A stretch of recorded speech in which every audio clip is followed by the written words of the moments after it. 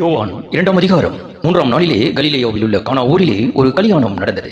இயேசுவின் தாயும் அங்கே இருந்தாள். இயேசுவும் அவருடைய சீஷரும் அந்த கல்யாணத்துக்கு அழைக்கப்பட்டிருந்தார்கள். திராட்சரசம் குறைவுபட்ட போது இயேசுவின் தாய் அவரை நோக்கி, அவர்களுக்கு திராட்சரசம் இல்லை என்றார். அதற்கு இயேசு, ஸ்திரீயே, எனக்கும் உனக்கும் என்ன? என் வேலை இன்னும் வரவில்லை என்றார். அவருடைய தாய் வேலைக்காரரை நோக்கி, அவர் உங்களுக்கு என்ன சொல்லுகிறாரோ அதன்படி செய்யுங்கள் என்றார்.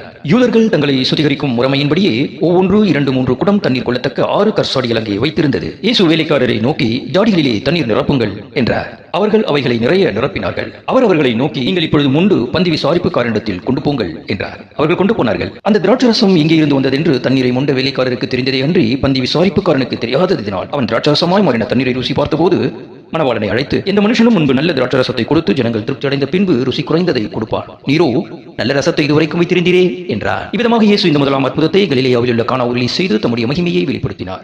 அவருடைய சீஷர்கள் அவரிடத்தில் விசுவாசம்